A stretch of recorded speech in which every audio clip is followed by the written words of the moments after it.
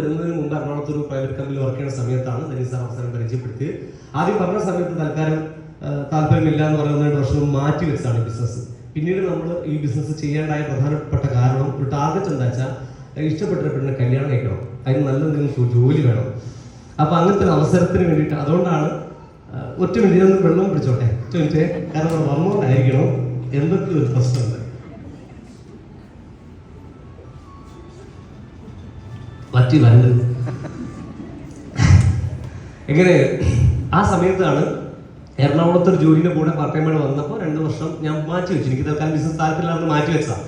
പക്ഷെ അങ്ങനെ മാറ്റി വെച്ച ബിസിനസ് അദ്ദേഹം നിരന്തരം വിളിക്കും, നിരന്തരം വന്ന് കാണും. അങ്ങനെ കണ്ട് 2 വർഷത്തിന് ശേഷമാണ് ഞാൻ ഈ ബിസിനസ്സിലേക്ക് ഒരു സ്റ്റോക്ക് എടുത്ത് പതുക്കെ തുടങ്ങിയത് ഈ ബിസിനസ്.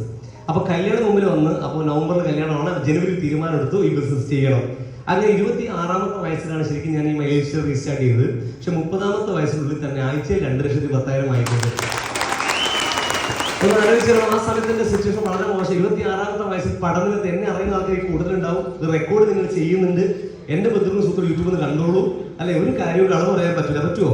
ഒന്നും കളവ് പറയാൻ പറ്റില്ല. കാലം തുറന്ന് ഓപ്പൺ ആണല്ലേ, ഓപ്പൺ ആണ്. ഒരൊറ്റമുറി വീട്ടിൽ, പഠനത്തിൽ ഒറ്റമുറി വീട്ടിൽ ഒരു ഷെഡിൽ താമസിച്ച വ്യക്തി 26-ാമത്തെ വയസ്സിൽ ഞാൻ. അത് ഇന്ന് ഞാൻ കഴിഞ്ഞ 3 വർഷമായി താമസിച്ചുകൊണ്ടിരിക്കുന്നത് ലാൻഡ്മാർക്കിന്റെ ഒരു ഫ്ലാറ്റില്ല. മാറ്റം അറിയാൻ വേണ്ടി പറഞ്ഞതാണ്. എന്റെ പൊങ്ങച്ചാൻ പറഞ്ഞതല്ല, മൈലേജിന്റെ പവർ പറയാൻ വേണ്ടി പറഞ്ഞതാ. ഇങ്ങനൊരു അസാധാരണക്കാരനായിക്കൊണ്ട് മാത്രമാണ് മൈലേജിൽ ഫസ്റ്റ് ഞാൻ നന്ദി പറയാൻ പ്രധാനപ്പെട്ട കാരണം. ഇന്ന് എനിക്ക് 2 ഫാമിലി, ഒരു വീട് പണി, ഞാൻ ഒരു കടവില്ലാതെ മൈലീഫിന്റെ വരുമാനം കൊണ്ട് മാത്രം എന്റെ വീട് ഞാൻ പുതുക്കി പണിതു. അതേപോലെ തന്നെ കാറ് മേടിച്ചു, ബൈക്ക് മേടിച്ചു, തുടങ്ങി ഒരു ചെറുപ്പക്കാരന് ആഗ്രഹമുള്ള എല്ലാ കാര്യവും 4-5 വർഷം 5-6 വർഷം കൊണ്ട് നമുക്ക് നേടിയെടുക്കാൻ പറ്റിയെന്ന് പറയുന്നത് ചെറിയ കാര്യമാണോ? അത് ചെറിയ കാര്യമാണോ? ഇതിന് ഞാൻ ചെയ്ത ഒറ്റ കാര്യം, അമ്മയോടും ഭാര്യയോടും ആദ്യം ഞാൻ പറഞ്ഞൊരു കാര്യം, ഞാൻ ഗൾഫിലാണ്, എന്നെ ബുദ്ധിമുട്ടിക്കരുതെന്നാണ്. ഗൾഫിലുള്ള ആൾക്കാരെ, സാധാരണക്കാർക്ക് ഗൾഫിൽ രക്ഷപ്പെടാൻ എന്ത് ചെയ്യുക? ഹലോ, രക്ഷപ്പെടണമെങ്കിൽ എന്താ ചെയ്യല്? എങ്ങനെയെങ്കിലും മക്കളെ പോയി 10 റുപ്യ ഉണ്ടാക്കുക ആണല്ലോ, ഇങ്ങനെയല്ലേ രീതി ആണല്ലോ. ഞാൻ ആ സമയത്ത് ഇത് ഓപ്പർച്യൂണിറ്റി, രക്ഷപ്പെടുന്ന ഒരു ഓപ്പർച്യൂണിറ്റി എന്ന് പറഞ്ഞപ്പോൾ ഞാൻ തീരുമാനിച്ചത് ഒന്ന് ഫോക്കസ് ചെയ്യണം. എന്റെ പാഷൻ മറ്റു പാഷനും ഒക്കെ ഇടക്കൊന്ന് മാറ്റി വെച്ച് ഫുൾ ഫോക്കസ് ആയിട്ട് 5 വർഷം പ്രവർത്തിച്ച രക്ഷപ്പെടാൻ പറ്റുന്ന ഒരു വിശ്വാസം എനിക്ക് വന്നപ്പോൾ ഞാൻ എന്റെ പാഷനും കാര്യമൊക്കെ മാറ്റി വെച്ച് ഒരു 5 കൊല്ലല്ലപ്പാ എന്റെ കൊച്ചിന് ഇപ്പൊ 2-3 വയസ്സ് പ്രായമാണ്, അല്ലെങ്കിൽ സീരിയസ് ആയിട്ട് തീരുമാനം എടുക്കുന്ന സമയത്ത് ഞാൻ ചിന്തിച്ചു, ഇനി എന്റെ കൊച്ചിനെ കല്യാണം കഴിപ്പിച്ചു കൊടുക്കണം, അതുപോലെ വലിയ ആവശ്യങ്ങൾ വേണമെങ്കിൽ ഏതെങ്കിലുമൊക്കെ മേഖലയിൽ കഷ്ടപ്പെടണം ആണല്ലോ. മൈലൈഫ് അല്ലെ വേറെ ഏതെങ്കിലും കമ്പനി പോയി പണിയെടുത്ത് വേണം കുടുംബം നോക്കണമെങ്കിൽ. എന്നാൽ 5 കൊല്ലം മൈലൈഫ് ചെയ്താൽ ചത്തുപോവോ? 5 കൊല്ലം മൈലൈഫ് ചെയ്താൽ ചത്തുപോവോ? ഒന്ന് സീരിയസ് ആയി ചെയ്ത് നോക്കാം. ഒന്നുമില്ലെങ്കിൽ 4 ആളും ഇതുപോലെ പറയാനുള്ള ഒരു കോൺഫിഡൻസ് കിട്ടുമല്ലയോ? അപ്പൊ ഇങ്ങനെയുള്ള ചില ചിന്തയിൽ നിന്നാണ് ഈ ബിസിനസ് സീരിയസ് ആയിട്ട് ചെയ്യാൻ എനിക്ക് തോന്നി. അങ്ങനെ ബിസിനസ് എടുത്ത തീരുമാനം വളരെ കറക്റ്റ് ആയിരുന്നു. ഇങ്ങനെ വിദേശ രാജ്യം ടൂർ പോകാനും ഒക്കെ ഈ കമ്പനിയുടെ ഓഡീഷനെ പോലെ ദുബായിലൊക്കെ യാത്ര ചെയ്യാനൊക്കെ ഫ്രീ ആയിട്ട് കമ്പനിയൊക്കെ ടൂർ പോകാനും ഇങ്ങനെ ഒരുപാട് സന്തോഷങ്ങൾ നമ്മുടെ ലൈഫിൽ മൈലേജ് കമ്പനി തന്നിട്ടുണ്ട്. അപ്പൊ തീർച്ചയായിട്ടും ഇതൊരു അടിപൊളി പ്രോജക്റ്റ് ആണ്. ഞാൻ പുതിയ ആൾക്കാരോട് പറയുന്നത്, ഇതൊരു പുതിയ അടിപൊളി പ്രോജക്റ്റ് ആണ്. ഒരു നഷ്ടസാധ്യതയില്ല. കൊടുക്കുന്ന പൈസയ്ക്ക് മൂല്യമുള്ള സാധനം കിട്ടും. ചെയ്താൽ നേട്ടം, ചെയ്തില്ലെങ്കിൽ ഒരു നഷ്ടമുള്ള സാധനം വീണ്ടും ഉപയോഗിക്കാം. ബിസിനസ് തുടങ്ങി നിർത്തിയാലും നഷ്ടമല്ല. തുടങ്ങി ഇനി ഞാൻ ചെയ്യുന്നില്ല എന്ന് തീരുമാനിച്ചാലും ഒരു നഷ്ടമില്ല, ഒന്നും കയ്യിൽ നിന്ന് പോകുന്നില്ല. ഇന്ന് അത്രയും മനോഹരമായിട്ടുള്ള ഒരു ഓപ്പർച്യൂണിറ്റിയാണ്. ഒരു സംശയത്തിൽ വെക്കേണ്ട കാര്യമില്ല. ആൾക്കാർ ചെയ്യേണ്ട കാരണം എന്താ വെച്ചാൽ അത് ആളെ പിടിക്കുന്നതല്ലേ, ആളെ ചേർക്കുന്നതല്ലേ, അല്ലെ അങ്ങനെയല്ലേ ഇങ്ങനെയല്ലേ കുറേ സംശയങ്ങളുണ്ട്. ഒരു കാര്യം, ആളെ പിടിക്കാതെയോ ആളെ ചേർക്കാതെയോ ലോകത്തിൽ ഒരു കച്ചവടം നടക്കൂല എന്നുള്ള സത്യവും ഒന്ന് മനസ്സിലാക്കിയാൽ ഇത് നല്ലതാണെന്ന് അത് മനസ്സിലാവും. ഏത് ആളെ ചേർക്കാൻ ആളെ പിടിക്കാൻ ലോകത്തിൽ ഒരു കച്ചവടവും നടക്കാൻ പോണില്ല ആണല്ലോ. അപ്പൊ അങ്ങനെ ചിന്തിക്കുക. സാധാരണക്കാരെ കച്ചവടത്തെ കുറിച്ച് ഒന്നും അറിയാത്ത ആളുകൾ ചിന്തിക്കുമ്പോൾ ഈ ഇരിക്കുന്ന നിങ്ങൾ ചിന്തിക്കാതിരിക്കുക. നിങ്ങളൊരു തീരുമാനം എടുക്കുക. ഇത് നല്ലൊരു ഓപ്പർച്യൂണിറ്റിയാണ്. എന്റെ മുമ്പിൽ രാഷ്ട്രീയക്കാരൻ വന്നാലും എന്റെ പഞ്ചായത്ത് ഹൗസിൽ വാർഡ് മെമ്പർ പോലീസുകാർ ഒറ്റ ചോദ്യം ചോദിക്കാറുള്ളൂ, ഞാൻ പാവപ്പെട്ട രക്ഷപ്പെടാൻ അവസരം പറഞ്ഞു എന്ന് വെച്ചാൽ ഒരാൾക്കും ഉത്തരവില്ല. രക്ഷപ്പെടാൻ ഒരു അവസരം പറഞ്ഞു തരുമെന്ന് ചോദിച്ചാൽ ഒരാൾക്കും ഉത്തരവില്ല. അപ്പൊ രക്ഷപ്പെടാൻ എളുപ്പ പരിപാടിയല്ല ആണോ? രക്ഷപ്പെടണമെങ്കിൽ അങ്ങനത്തെ ഒരു പ്ലാറ്റ്ഫോം വേണോ വേണ്ടിയോ? ഞാൻ കൽപ്പണിക്കാരനാണെന്ന് വിചാരിക്കുക, ഞാൻ 24 മണിക്കൂറും കൽപ്പന എടുത്തോളാം. ഞാൻ ഓട്ടോ ഡ്രൈവർ ആണെന്ന് വിചാരിക്കുക, ഞാൻ 24 മണിക്കൂർ വാഹനം ഓടിച്ചോളാം. ഇന്നത്തെ കാലഘട്ടത്തിൽ രക്ഷപ്പെടും. ഒരു ഭാര്യയും ഭർത്താവ് ഊഴിട്ട് പോലും ചെയ്ത് രക്ഷപ്പെടുന്നില്ല. രക്ഷപ്പെടുന്നുണ്ടോ? ഇല്ല. അപ്പൊ തീർച്ചയായിട്ടും രക്ഷപ്പെടുന്ന ഓപ്പർച്യൂണിറ്റി വന്നാൽ അതിനെ കളിയാക്കുകയല്ല വേണ്ടത്. രക്ഷപ്പെടുന്ന ഓപ്പർച്യൂണിറ്റി ആണ്, പഠിക്കുകയാണ് വേണ്ടത്.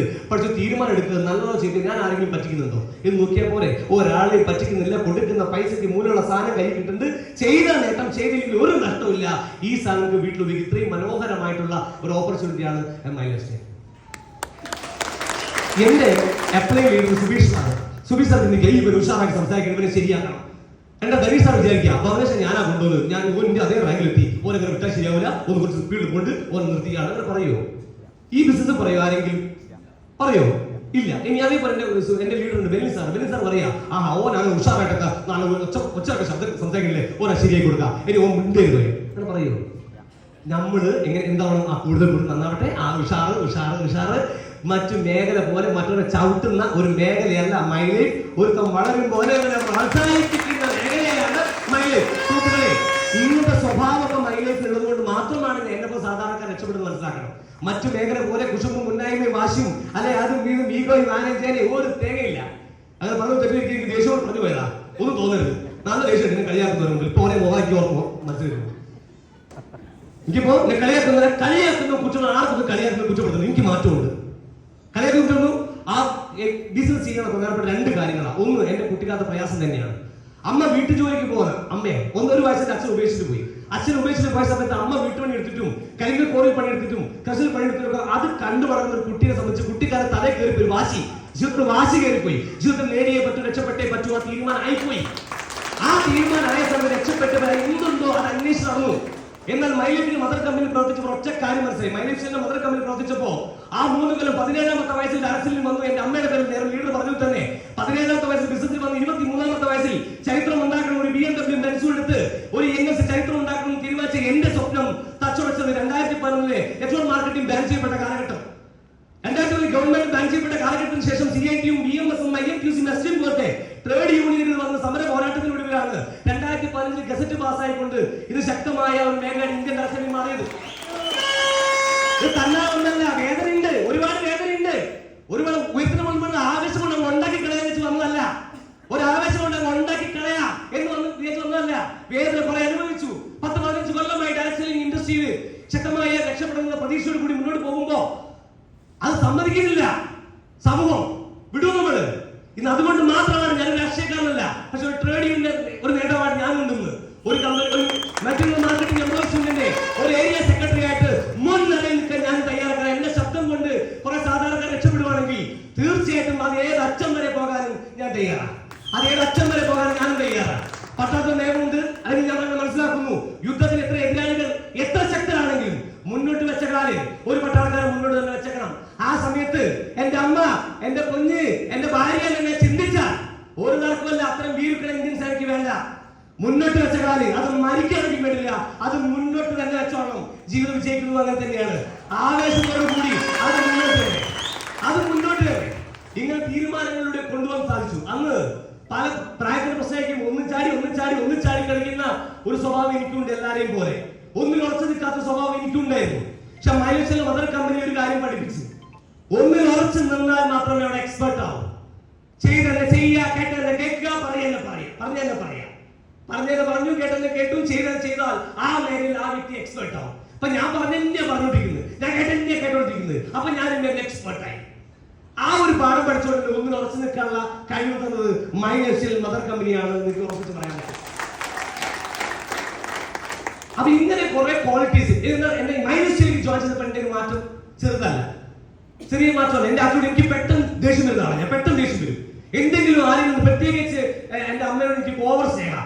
അമ്മ ഞാൻ ആരെങ്കിലും പറഞ്ഞു കഴിഞ്ഞാൽ അപ്പൊ ഞാൻ എടുത്തിട്ടിരിക്കുന്നതാണ്. എടുത്തിട്ടിരിക്കും ഞാൻ. എന്റെ സ്പീഡ് അത്രത്തോളം സ്പീഡിലേക്ക് ഇടി. അപ്പൊ അങ്ങനെയുള്ള കുറെ പ്രശ്നം ഞാൻ ഉണ്ടാക്കി വെച്ച് ആ എടുത്തുചേട്ടവും കാര്യങ്ങളൊക്കെ എനിക്ക് ഒരുപാട് ദോഷം ഉണ്ടാക്കി. നാട് വിട്ടു പോകേണ്ട സിറ്റുവേഷൻ എനിക്ക് വന്നിട്ടുണ്ട്. കോയമ്പത്തൂരും ബാംഗ്ലൂരും ഒക്കെ നാട് വിട്ടു പോയിട്ടുണ്ട് ഞാൻ. കാരണം ചെറിയ പ്രശ്നത്തിന് മുകളിൽ. കാരണം ഇത്ര സ്വഭാവം വെച്ച് ഈ ബിസിനസ് ചെയ്യാൻ ഒറ്റ തവണ ധനീഷ് മദർ ചീത്ത അത് ഞാൻ കേട്ടുള്ളായിരുന്നു. പിന്നെ ഞാൻ ചെയ്തിട്ടില്ല. ധനീഷ് സാർ ഒറ്റ ചീത്ത ഞാൻ കേട്ടു. പക്ഷേ എനിക്ക് ആ സ്വഭാവമായിട്ട് മൈൻഡ് ചെയ്യാൻ പറ്റില്ല. ഇത് ആൾക്കാരെ മാനേജ് ചെയ്യുന്ന പരിപാടിയാണ്. എന്റെ ഈ എത്തിച്ചാട്ടം ദേഷ്യം പിടിക്കുന്ന പരിപാടി നടക്കൂലെന്ന് പറഞ്ഞ് നല്ലൊരു ദേഷ്യം പിടിച്ചപ്പോ ഇന്ന് മൈലിൽ പഠിച്ചൊരു പാടോ നല്ല ആറ്റിറ്റ്യൂഡ്, എനിക്ക് ക്ഷമിക്കുക, ആരെന്ന് പറഞ്ഞാലും ഈ പാരോട് ഒരു കുഴപ്പമില്ല ചിരിച്ചോണ്ട് ഡീൽ ചെയ്യുന്ന രീതിയിലോട്ട് പരമാവധി ഫുള്ള് മാറില്ല കേട്ടോ. പരമാവധി ഞാൻ എന്ത് ചെയ്തു. ഇപ്പൊ അതുകൊണ്ട് തന്നെ ഇന്ന് ശക്തരായ ഒരു ടീം 10 ടീം ഉണ്ടാക്കാൻ പറ്റി. 160 TCA ലീഡേഴ്സ് ഉണ്ടാക്കാൻ പറ്റി. 20-ലധികം അഡ്വൈസറി കമ്മിറ്റി സ്റ്റേറ്റിംഗ് കോർഡിനേറ്റേഴ്സ് ഉണ്ട്. അതിനെടുത്ത് നന്ദി പറയേണ്ട ആൾക്കാരാണ് പ്രധാനപ്പെട്ട. എല്ലാവരും പേര് പറയുന്നത് പ്രയാസമായതുകൊണ്ട് തന്നെ സുരാജ് മാസ്റ്റർ അധ്യാപകനാണ്. അദ്ദേഹം മകനാവണ പ്രായമിരിക്കുള്ളൂ. എങ്കിലും ഒരു രീതിയിൽ നിൽക്കുന്ന എന്റെ സുരാജ് മാസ്റ്ററോടും ടീമിനോട് ഞാൻ നന്ദി അറിയിക്കുകയാണ്. അതേപോലെ രഞ്ജിത് ബാലു സാറ് എന്റെ റീജിയണൽ ടീം കോർഡിനേറ്റർ ആണ്. രഞ്ജിത് ബാലു സാറ് അദ്ദേഹം എന്റെ മൂത്ത ഏട്ടനാണ്, പ്രായമുള്ളതാണ്. ഒരു ഈഗോ ഇല്ലാതെ ഏട്ടനെ പോലെ സ്വന്തമായിട്ട് കൂടെ നിൽക്കുന്ന എന്ത് പ്രശ്നവും ഞങ്ങൾ ഏട്ടന്മാരെ അടിണ്ടാക്കും, ഞങ്ങൾ അടിയൊക്കെ ഉണ്ടാക്കും. പക്ഷെ എത്ര അടി ഉണ്ടാക്കിയാലും ഒരു ദിവസം കൂടെ ഞങ്ങൾ നിൽക്കാറില്ല. അത് ഇണങ്ങിയും പിടങ്ങിയും ശക്ത ശക്തമായിട്ട് ഞങ്ങൾ ഒറ്റക്കെട്ടാണ് അവിടെ നിൽക്കുന്നു. അതേപോലെ ശ്രീജ മേഡം എന്നല്ല ഞാൻ പറയുന്നത്, ശ്രീ ചേച്ചി എന്നാണ് വിളിക്കാറ്. എന്റെ ചേച്ചി എനിക്കാണ്. ആ രീതിയിൽ നിങ്ങൾ 3 അപ്കമിംഗ് NTC ലീഡേഴ്സ് അവരെല്ലാവരും എന്റെ ആഗ്രഹം എത്രയും പെട്ടെന്ന് കൈപിടിച്ച് എന്നെ NTC റാങ്ക് എത്തിക്കണമെന്നായിരുന്നു. അതിന് മുമ്പ് അവരെ CTC ഒക്കെ ആയി. എന്റെ ആഗ്രഹം NTC ആക്കി എത്തണമെന്നായിരുന്നു. ശരിമാറിന്റെ CTC ആക്കി. എന്തായാലും എല്ലാവരും ലീഡേഴ്സിനോട് ഞാൻ ടീമിനോട് ഞാൻ നന്ദി അറിയിക്കുകയാണ്. അതേപോലെ തന്നെ എന്റെ സപ്പോർട്ടിങ് എന്റെ വൈഫ്, അമ്മ എല്ലാവരും നന്ദി പറഞ്ഞ കാര്യമില്ല എങ്കിലും അവർ ഈ സമയത്ത് ഞാൻ ഓർക്കുകയാണ്. ഏതായാലും നമുക്ക് എല്ലാവർക്കും ഒരുമിച്ച് വിജയിക്കാം. ടീം എന്ന് പറഞ്ഞാൽ ഒറ്റക്കെട്ടായിരിക്കണം. അവിടെ മറ്റൊരു ടീം, ഇവന്റെ ടീം, ആരുടെ ടീം അങ്ങനെ കിടക്കുന്നില്ല. ടീം എന്ന് പറഞ്ഞാൽ ഒറ്റക്കെട്ട അത് ഒറ്റക്കെട്ടായിരിക്കും. അത് ഒരുമിച്ച് മുന്നോട്ട് മാത്രമാണ് ഏത് പ്രശ്നത്തെയും മറികടന്ന് ഒരുമിച്ച് പറയാൻ പറ്റും. ഇന്ത്യൻ ഡയറക്ഷനിലെ number 1 company my lifestyle. Indian ഡയറക്ഷനിലെ നമ്പർ 1 കമ്പനി. നിങ്ങൾക്ക് തീരുമാനം വേണം. പക്ഷേ മൈ ലൈഫ് രക്ഷപ്പെടാൻ നിങ്ങൾക്ക് ആഗ്രഹമുണ്ടെങ്കിൽ ഉറച്ച തീരുമാനം. കാര്യങ്ങൾ കേട്ടോണ്ട് കാര്യമില്ല, ഈ ഓപ്പോസിറ്റ് കേട്ടോണ്ട് കാര്യമില്ല. കാര്യങ്ങൾ കേട്ട് സംശയം ഇന്ന് വെറുതെ തീർത്തിട്ട് യെസ് ഓർ നോ ഒന്നെങ്കിൽ ചെയ്യുക. ആക്കാൻ നോക്കാൻ ഇറങ്ങാമില്ല. Yes or no. അപ്പോൾ ഉറച്ച തീരുമാനമായിട്ട് എല്ലാവർക്കും ഈ ബിസിനസ് ഏറ്റെടുക്കാൻ സാധിക്കട്ടെ എന്ന് ആത്മാർത്ഥമായിട്ട് പ്രാർത്ഥിച്ചുകൊണ്ട് എല്ലാവർക്കും നന്മകൾ ഉണ്ടാവട്ടെ എന്ന് പ്രാർത്ഥിച്ചുകൊണ്ട്